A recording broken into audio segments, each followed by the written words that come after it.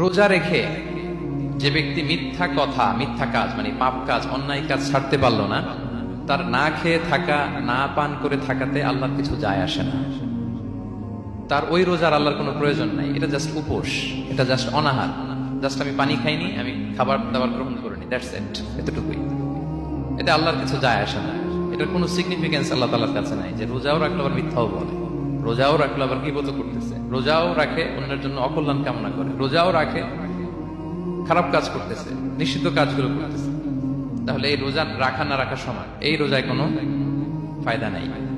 এটা ওয়ার্নিং পাওয়া গেছে না এখানে, যে ওয়ার্নিং, রোজা রেখে সাবধান, কোনো পাপ কাজের সাথে জড়ানো যাবে। আরেকটা ভয়ঙ্কর ওয়ার্নিং, যেটা বেসিক্যালি রাসূল সাল্লাল্লাহু আলাইহি ওয়াসাল্লামের পক্ষ থেকে গভীর হুঁশিয়ারি এবং বদদোয়া, বেসিক্যালি খুবই ভয়ঙ্কর এই বর্ণনাটা।